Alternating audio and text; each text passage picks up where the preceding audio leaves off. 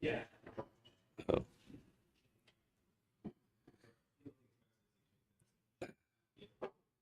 Good morning, good morning. Turn this up. Good morning. Today's daf is Avoda Zara daf Chaf Gimel.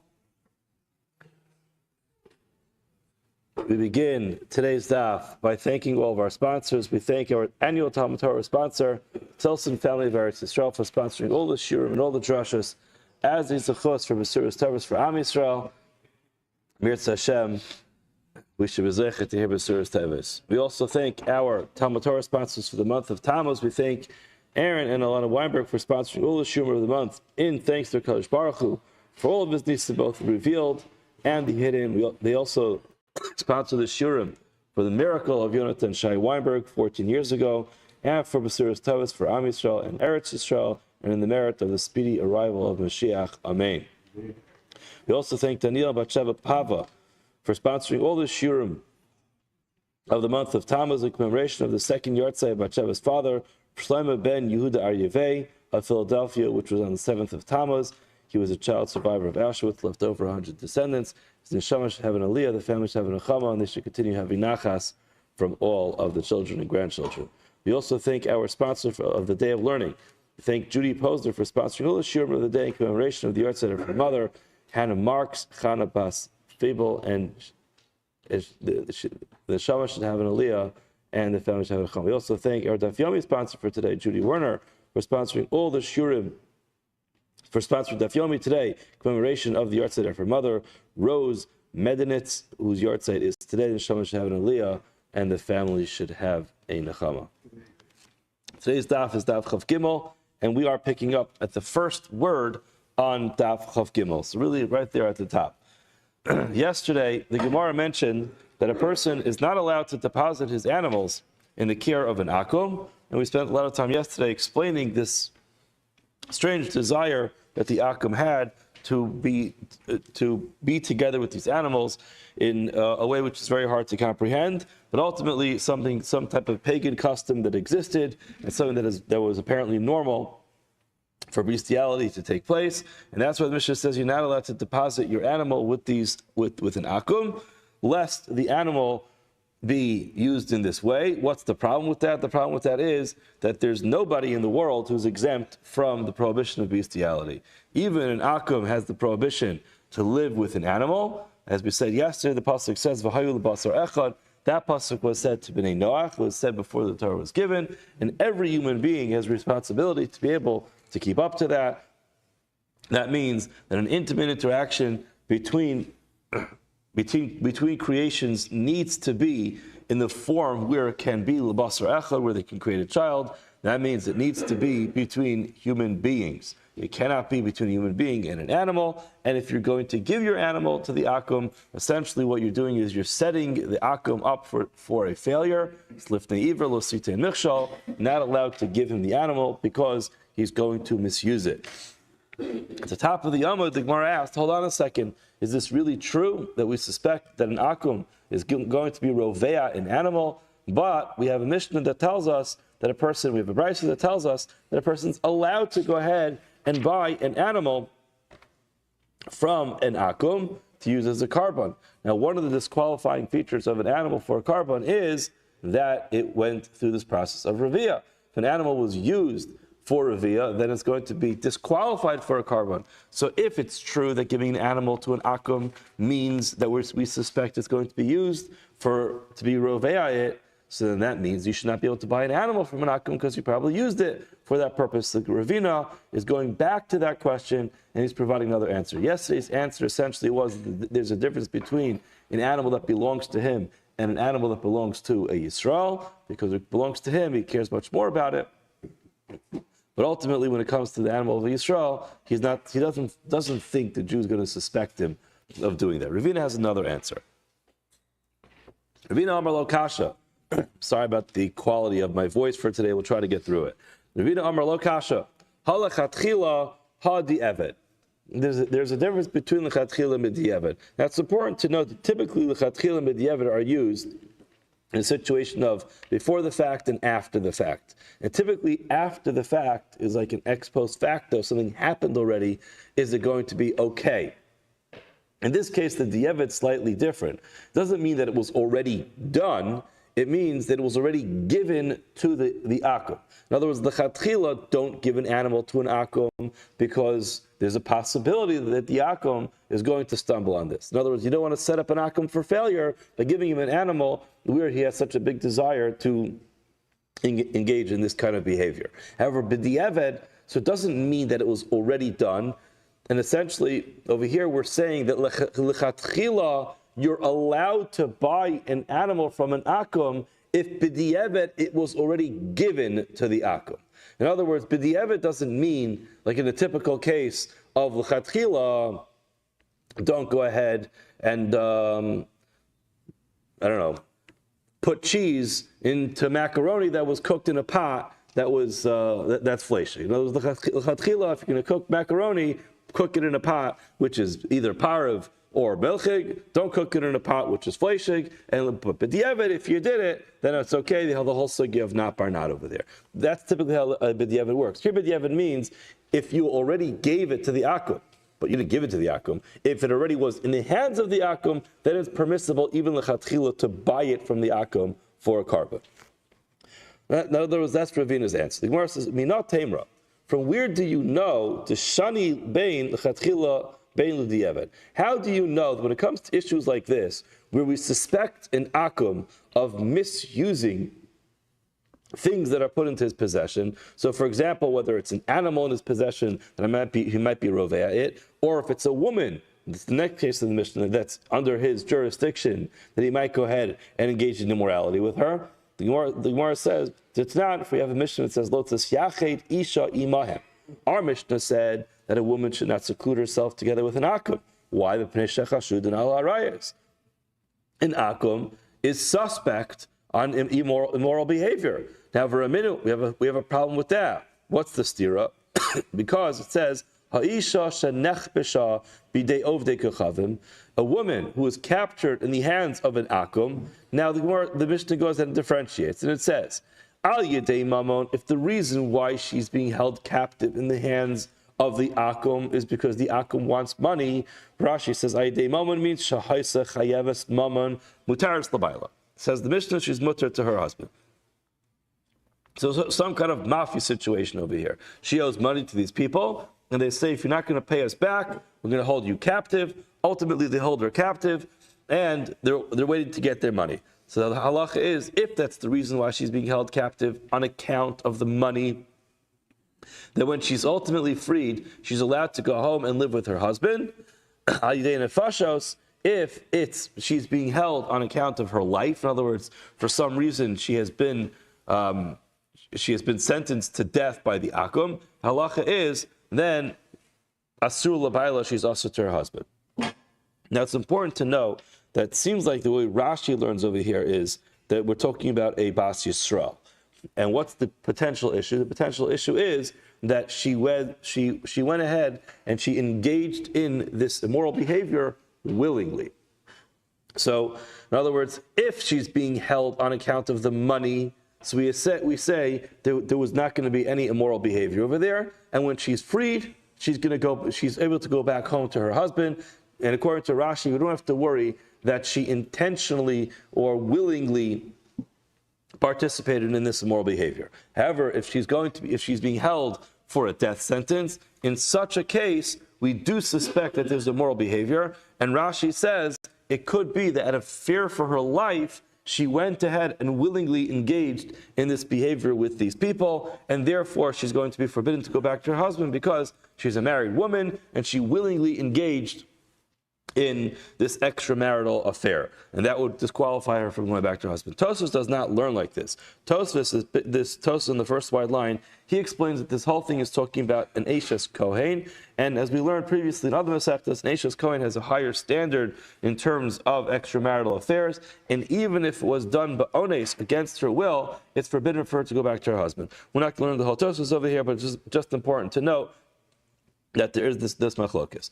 But what's the bottom line? What's the Gemara asking from here? The Gemara is asking that our Mishnah says you're not allowed to leave a woman secluded with an akum. Why? Because the akum is suspect for this immoral behavior. But you're also telling me that if she is captured in the hands of an akum and it's only for monetary reasons, then she's allowed to go back to her husband. You know what that means? That lechatchila, we suspect that maybe they will misuse her. But b'diavad, if she was there already, we can rely on the fact that it didn't happen.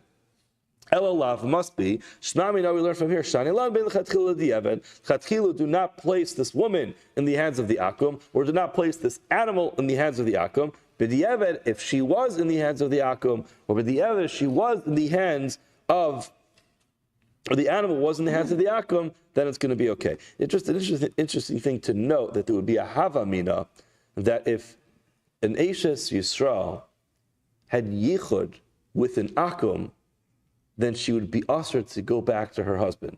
The ramifications of that would be tremendous. In other words, I'm not saying that it's permissible for a woman to go ahead and be miyachid with a non-Jew, but to say that a situation like this would usher every single woman on her husband, if it happens, it would be very consequential.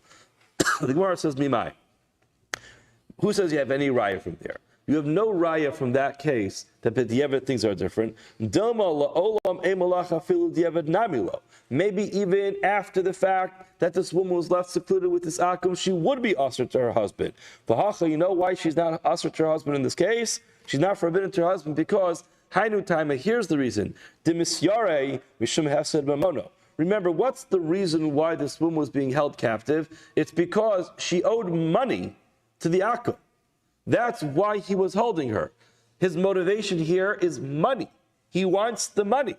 So now, if he's going to go ahead and engage in this relationship with her, he's not going to get it. If you look at Rashi, the savar iba ilno la su lo para la baila midi. So the way Rashi understands it is her husband must have been involved in this financial loan over here. Then he says, if I'm going to go ahead and have this intimate relationship with her, then you know what? The husband's going to find out about it and I won't get my money. So in other words, he's motivated by the money to be able to say, forget it. You know what? The whole reason why I have this woman over here under my captivity is because I'm trying to get my money.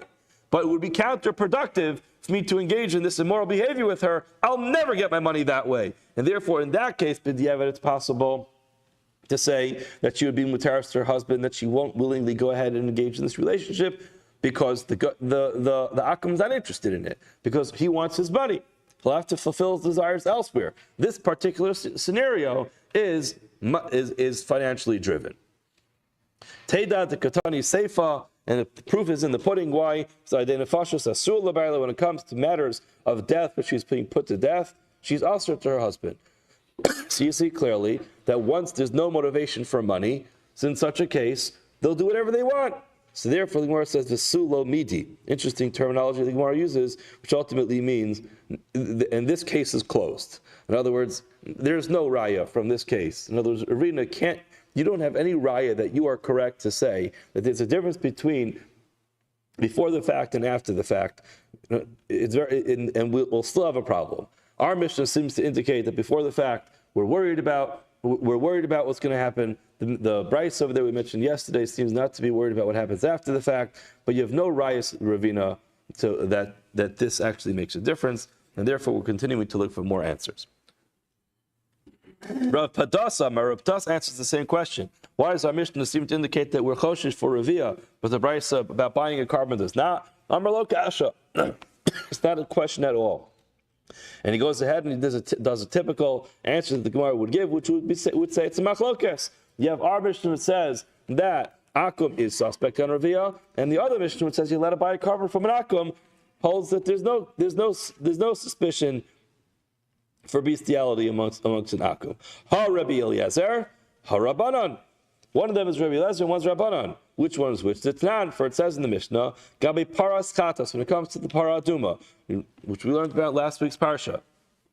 Rabbi Eliezer Omer, Rabbi Eliezer says, Eina nikachas min ha'ovdei kochav. You cannot buy a para aduma from an akum. Chachamim matirim. Chachamim say, yes, you are allowed to buy a para aduma from an akum. So seemingly, what would we say? Our Mishnah, which says you're not allowed to leave an animal in the hands of an akum, is Rabbi Eliezer. Because Rabbi Eliezer says you're not allowed to buy a para aduma from an akum. It must be my lav b'hakam iflagi. This is what machlokes is. Rabbi Eliezer, is of the opinion chayshina l'ravia, that maybe an akum went ahead and committed this bestiality with the para aduma, and that would go ahead and disqualify it from a para aduma. So therefore, Rabbi Eliezer says you can't buy a para aduma from an akum because maybe it's disqualified because it was used for ravia, which is perfectly consistent with our Mishnah that says we suspect an akum of ravia. For Rabbanan Savri, Rabbanan say, yes, you can buy a para aduma from an akum. Why? Lo chashin l'ravia. We don't suspect an akum for ravia, and therefore the chacham are of the opinion you're allowed to buy a para aduma from an akum. You're also allowed to buy any carbon from an akum because we don't suspect that an akum is going to go ahead and engage in this kind of behavior. Gemara says, Bimai.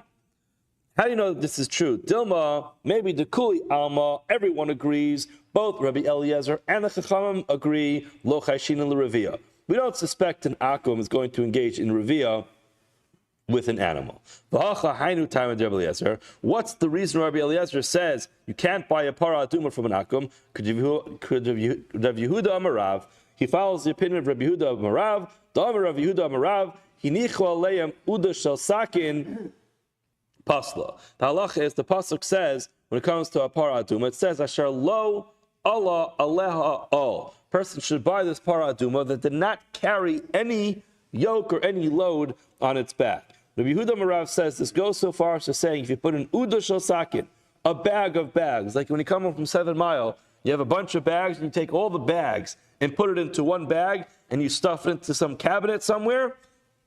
If you put that bag of bags onto the back of the para aduma, halacha is it is disqualified. Uba agala, when it comes to an egla rufa, thank you so much, Maishi.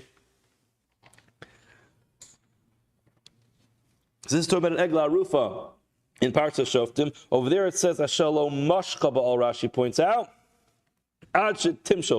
until you actually pull it with you lead it along the way. So Mars Savar, one opinion is, Rabbi Eliezer opinion is that maybe what happened was that the akum disqualified the para aduma from being kosher for para aduma purposes, because maybe he put a bag of bags on its back. Chashina, we're worried about that. Marsava, come and say, lo chashina, no, we are not worried about the fact that he may have put a load onto the back.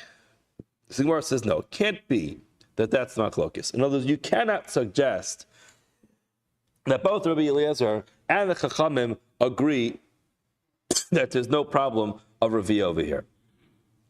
And what's the machlokes? The machlokes simply is whether or not the akum put a load on its back. Gemara says, Lo sakatantach, why mishum nicha porta, for this small amount of benefit of putting a tiny load on the back of the para aduma, lo mafsed tuva, he's not going to be willing to lose so much. Everybody knows the immense value of a para aduma. If an akum has a para aduma that's born into his cattle, he knows that he just won the lottery. He knows the chacham will be willing to pay a fortune of money for it. And therefore, he's immediately going to go ahead and find out what are the regulations they're going to have to enforce this animal to make sure that it's qualified for para aduma purposes. If he hears you can't put a load on it, he knows, listen, this is millions of dollars that I'm dealing with over here. I'm not going to give up millions of dollars just to rest a bag of bags on its back for a couple of minutes. And therefore, nobody would suspect that he would do that. So it must be, says the Gemara, listen to the logic. It must be that the akum is not going to put a load on its back. So why does Rabbi Eliezer say you can't buy the para aduma from him? It must be the reason why you can't buy the para aduma from him is because the akum went ahead and engaged in revia with this animal. The Gemara says, hold on a second. Hachanami. Lema. Mishum hana porta lo ma'afsatu. Remember how crazy is this guy? He has this desire for bestiality, but Will he lose all that money? It's millions of dollars worth that he has in assets now. He has a paraduma. He's going to go ahead and engage in a temporary pleasure to go ahead and lose all that money, millions of dollars. Where it says, yes, hasam yitzro tokvo. When it comes to the Yetzer Hara has the ability to be able to convince anybody that it is worth it.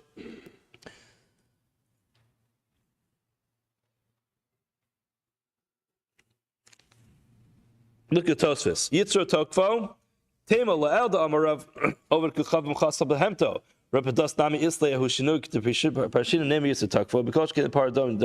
Tosfos ultimately asks that we see that there are certain cases when an akum is worried about his money. We mentioned this yesterday, where it says the shani hacha. Yesh Shlomo, last line. Shani hacha. This case is different. Why? Kivin the damel yikarim omedes limkar liyisrael.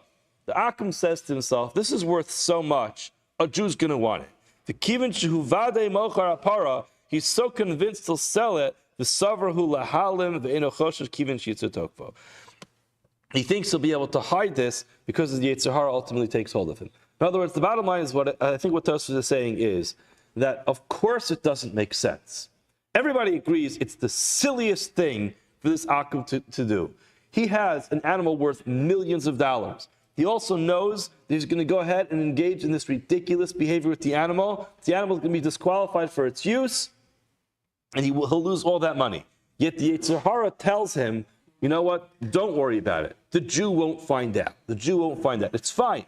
How will anybody know? This is between you and the animal. The animal can't talk. Only Bilam's animal is able to talk. This animal is not going to be able to describe what happened, so go ahead and do it. Even though he knows the Jews are going to come by, they're going to inspect it, they're going to ask questions. The Jews do a lot of questioning. The Mossad is probably there watching it already. They probably knew the whole story, but nevertheless, the Yetzer Hara finds a way of convincing a person to do absolutely ridiculous things. And the truth is, you don't even need the Gemara to tell us this. Sometimes you have to wonder, this is not a current events comment, but sometimes things happen in the world, and you look around, you say to somebody, you had such a bright career, you had such an overwhelmingly positive career ahead of you.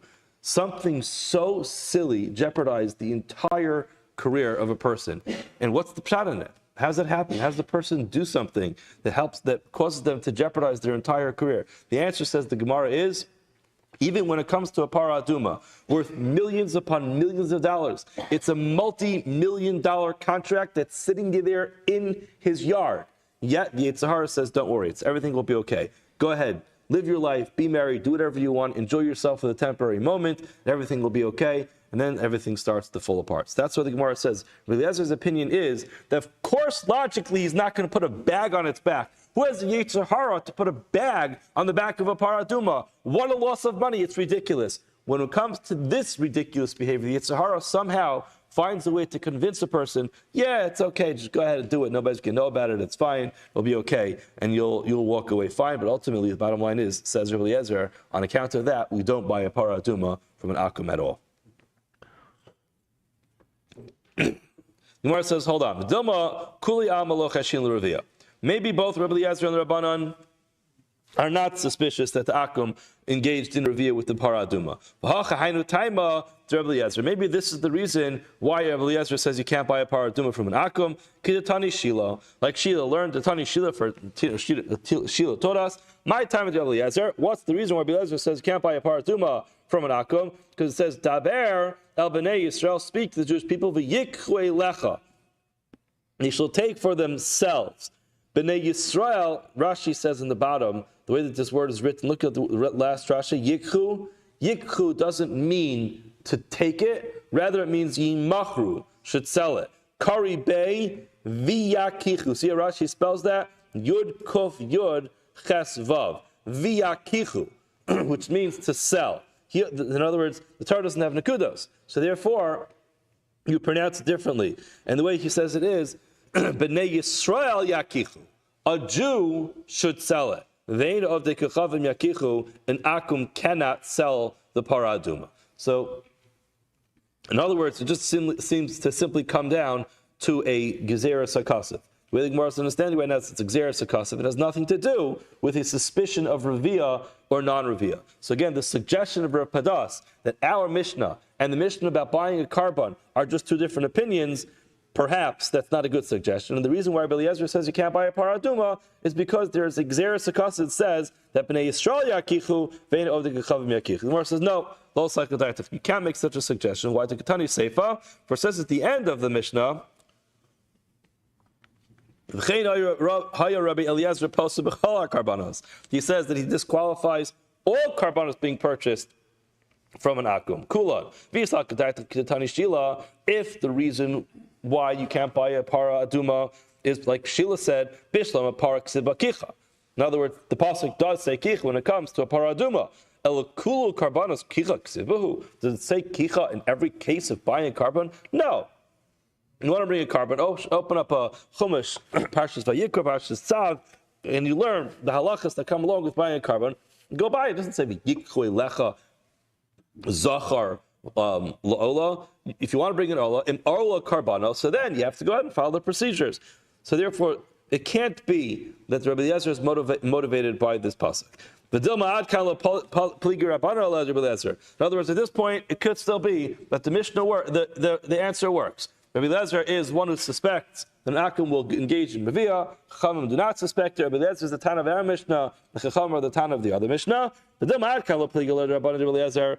Rabbi Eliezer only argue on Rabbi Eliezer and say we don't suspect that the akum went ahead and engaged in Revia. Ella top of Chaf Gimel Beis the Para Duma the Damei Yikarim.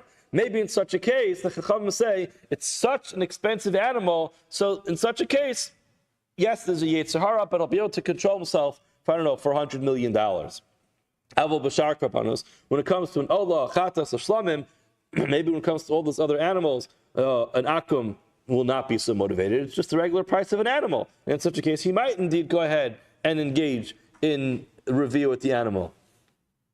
Avol Bashar Karpanos, Modele. Maybe the Chachamim agree to Rabbi Eliezer that you should not be able to buy a carbon from an akum because maybe he did go ahead and engage in Revia. Gemara says, hold on. If that would be the case, how do you understand what it says in the following brisa? Lokin mehen behem a carbon. You're allowed to buy an animal as a carbon. In other words, you're forgetting something. If you're telling me the Chachamim agree with Rabbi Eliezer that we suspect all akum of Revia on an animal, and therefore you would not be able to buy a carbon from an akum. The problem is that we have a Mishnah we just read yesterday that says you are allowed to buy a carbon for an animal as a carbon from an akum. Mani lo Rabbi Eliezer lo Rabbanan. It's nobody. Nobody could be the author of that price. But in addition, Tanya B'Hedya, it says openly, Man osve lechavroi Rabbi Eliezer. What are the Chachamim going to respond to Rabbi Eliezer?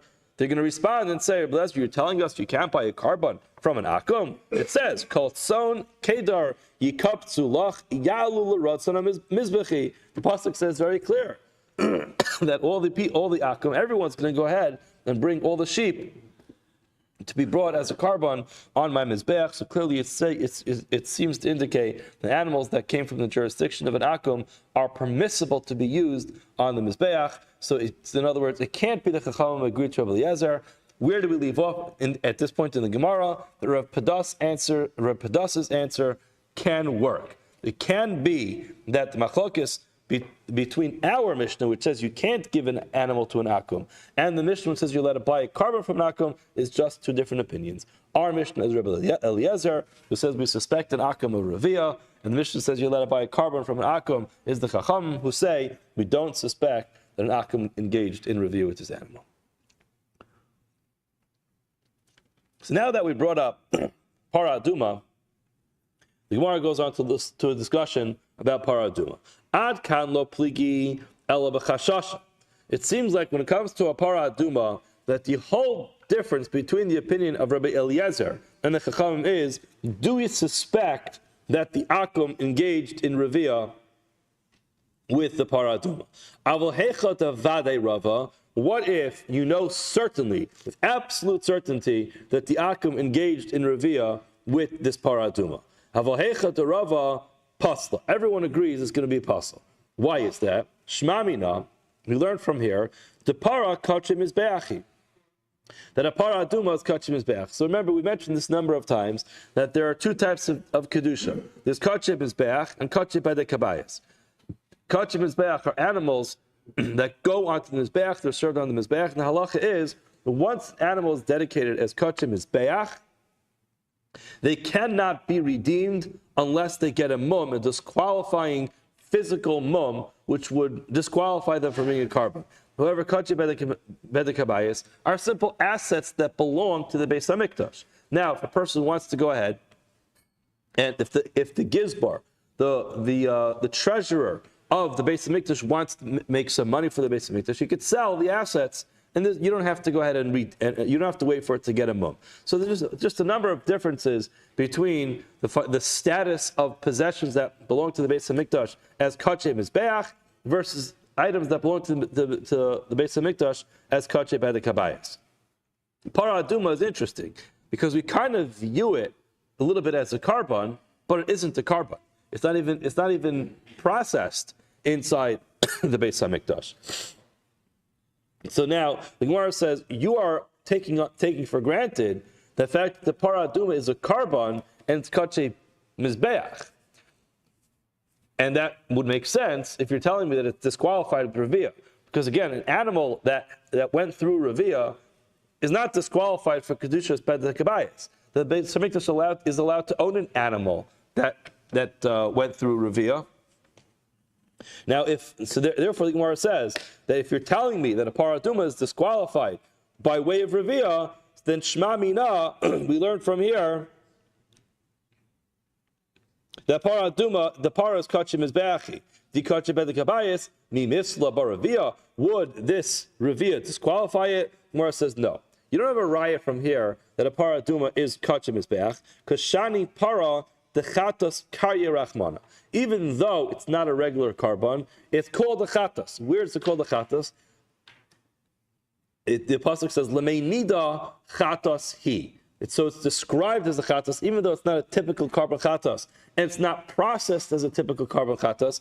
Nevertheless, it's referred to as a chatas, and therefore it's compared to a sin offering, just like any other chatas, any other sin offering is kachim mizbeach. So the para aduma as well is treated as a typical sin offering, a chatas, and it has this disqualification of revia. Gemara says, hold on a second. Elamiata, if you're telling me that it's like a chatas, if you're telling me that a paraduma shares the qualifications of a chatas, tisel b'yotzei dofen, it should be disqualified if it was born through a C-section. In other words, a typical kachim bet the kabayis would not care whether an animal was born through a C-section or a typical a vaginal delivery. It makes no difference. But a carbon chatas would be disqualified. So with that being the case, the Gemara wants to say that maybe a paraduma should be disqualified if it was born through a C-section. If you're going to suggest that yes, indeed, that's true, a paraduma is disqualified if it's born through a C-section. Allah Tanya, why is it saying in Brisa, hikdisha b'yotzei dofen psula? If a person was makdish a paraduma, which was a yotzei dofen, a C-section is disqualified. However, Reb Shimon machshir. Reb Shimon says it's kosher to be used. Now, why is it Reb Shimon says it's kosher to be used? In other words, if you're comparing it to a chatas, then why would Reb Shimon disagree and say it's disqualified if it was born through a C-section? Now, the only way you would be able to suggest that this would be different is because maybe Reb Shimon is of the opinion. Reb Shimon follows his own ruling. To Amar, when it comes to a human, Yotzei Dofen Vlad Ma'al a Yotzei Dofen is a regular child. And this has to do with Tumah and Tyra. This is a Sugya Nida.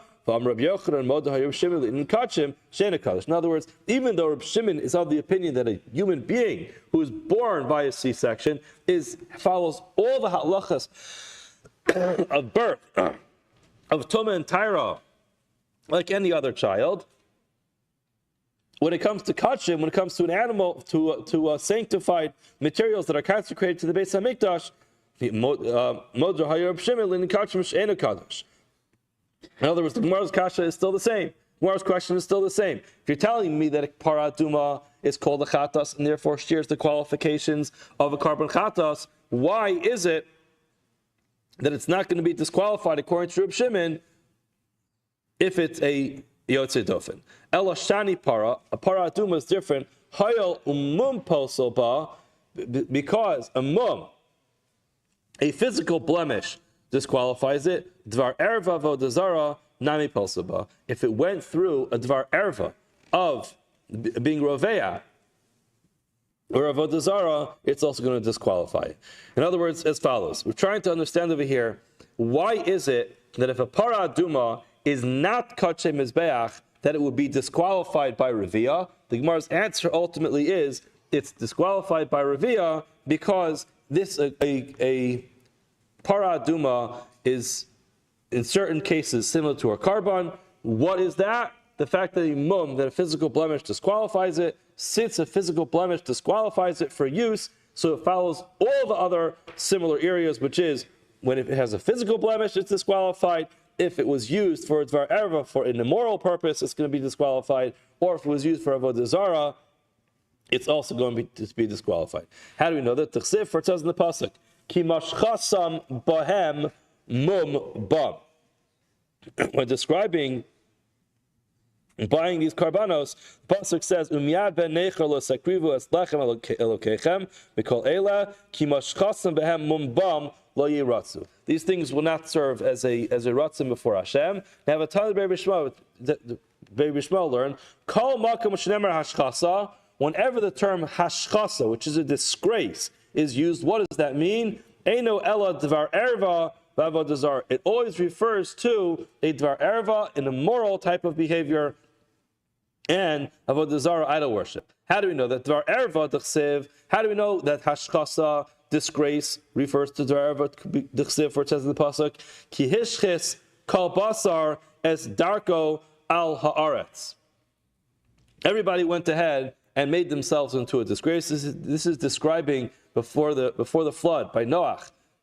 Before the Mabul, it says everybody went ahead. People's behaviors had become very, very much unbecoming. Avodah zara, the chsiv. When it comes to avodah zara, how do you know that the word hashchas refers to avodah zara? The chsiv, where it says in the pasuk, "Pentashchisim v'asisim lechem peso." Maybe they will go ahead and be mashchis. The same word is used to describe making a pesel some type of form of avodah zara. Now the Gemara says v'hapara nami. When it comes to a para aduma, hayal umum posel ba, since a physical blemish disqualifies it, dvar erva v'avodas kachavim pasli ba. A dvar erva, bestiality, namely, or avodah zara, is also going to disqualify it, and that's why everybody agrees that if it went through Revi, it's going to be disqualified. So just again to recap, what this Gemara just accomplished is that we're trying to figure out, it seems like the whole machlokes between Rabbi Eliezer and the Chachamim is, do we suspect that maybe the Akum went ahead and engaged in this immoral behavior with the animal? But everybody would agree that if he did, it's disqualified. Why is that? It's not kachem mizbeach, it's kachem by the kabayas. The answer ultimately is that even though it's kachem by the kabayas, since a physical blemish, a mum disqualifies it, we group those three together. Mum, erva, and avodah zara, and therefore it's going to be disqualified. Gufa, Tani Shila. Shila taught us, my time with Rabbi Eliezer, what's the reason why Rabbi Eliezer says that you can't buy a para aduma from an akum? The chsiv, for it says in the pasuk, Daber b'nei Yisrael, v'yikhu b'nei Yisrael, and what that means is, Daber b'nei Yisrael, v'yikhu, b'nei Yisrael yakichu, b'nei ovid kachavim yakichu, a Yisrael has to sell it to them and not an akum. Elamiata, if that's the case, that whenever it says the word v'yikhu in the Torah, it means that whenever it says v'yikhu b'nei Yisrael, that b'nei Yisrael should be the ones who yikhu are the ones who are yakichu. In other words, if it says v'yikhu, referring to Jewish people, it means they have to be the ones who sell it. Elamiata daber b'nei Yisrael v'yikhu li truma, collect truma, collect donations from Bnei Yisrael. You're telling me that only Jews are allowed to donate to the Beis HaMikdash and not akum. If you want to suggest that maybe that's true, the problem is it's not true. How far does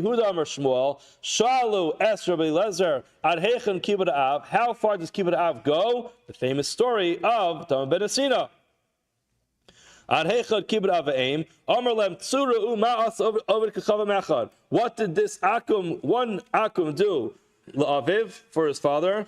Ashkelon, he was in Ashkelon with Dama ben Asina Shemo. His name was Dama ben Asina. Pam achas bikshu mimenu avadim leifod. They found out that this guy, Dama ben Asina, had a stone collection, and he wanted to buy stones for the ephod, for the Kohen Gadol's garments. Top of Chavdal of Aleph, the Shishim Riboy Schar wanted to pay 60 Riboy, lots of money. Schar, Kahana Masni Shmona Riboy, 80 Riboy, 10,000s. The key to his chest, to his safe, was under his father's pillow while he was sleeping. He did not wake up his father. In other words, what do you see from here? Bnei Yisrael were going to buy stones for the ephod. Who do they go to? An akum by the name of Dama ben Asina. Now, maybe we'll get into the story a little bit tomorrow. We don't have enough time for it. But again, I pointed this out last time we learned this Gemara. Moshe Feinstein says it must have been that his father was out of his mind if he didn't want him to wake him up. Because normally, if your father wants you to wake you up for a $50 million purchase like this, you've got to be crazy to let your father sleep. But ultimately, we learned that his father didn't want him to wake him up, so he didn't. Sorry. So what do you see? You see clearly that the Avnei Miluim are coming from an akum. And it says, V'yikli Truma. The Gemara says, no. Avnei Shoham hifsik inu. When it says Avnei Shoham, it stops it. So V'yikli Truma is referring to everything up to Avnei Shoham. And then Avnei Shoham, V'avnei Miluim, it's something different. The Gemara says, hold on. V'avnei Miluim ksiv. It says V'avnei Miluim. The Hadar Arve. It binds it back together. V'od Ketani Seif. And it says at the end, out of a reward for the fact that he was willing to do this, he had this reward that he ultimately got, a paraduma born within his flock. And this he said to me, I know, I know that you give me all the money for this. Over there, I'm just going to ask you for the amount of money for the paraduma, the amount that I lost for not selling you the Avnei Shoham. The Gemara says, so again, what's the kasha? The kasha is, you see clearly that both paraduma and Avnei Shoham are being purchased from an akum. The Gemara says, Tagar Yisrael Zavan. Over there was a middleman. The Jews bought it from Dama ben Asina, and they sold it to the Beis HaMikdash. So you see, in other words, no one says that it has to originate in the hands of a Jew, but the last purchase has to be in the hands of the Jew. We'll stop here. Have a wonderful Shabbos. We'll see everybody tomorrow.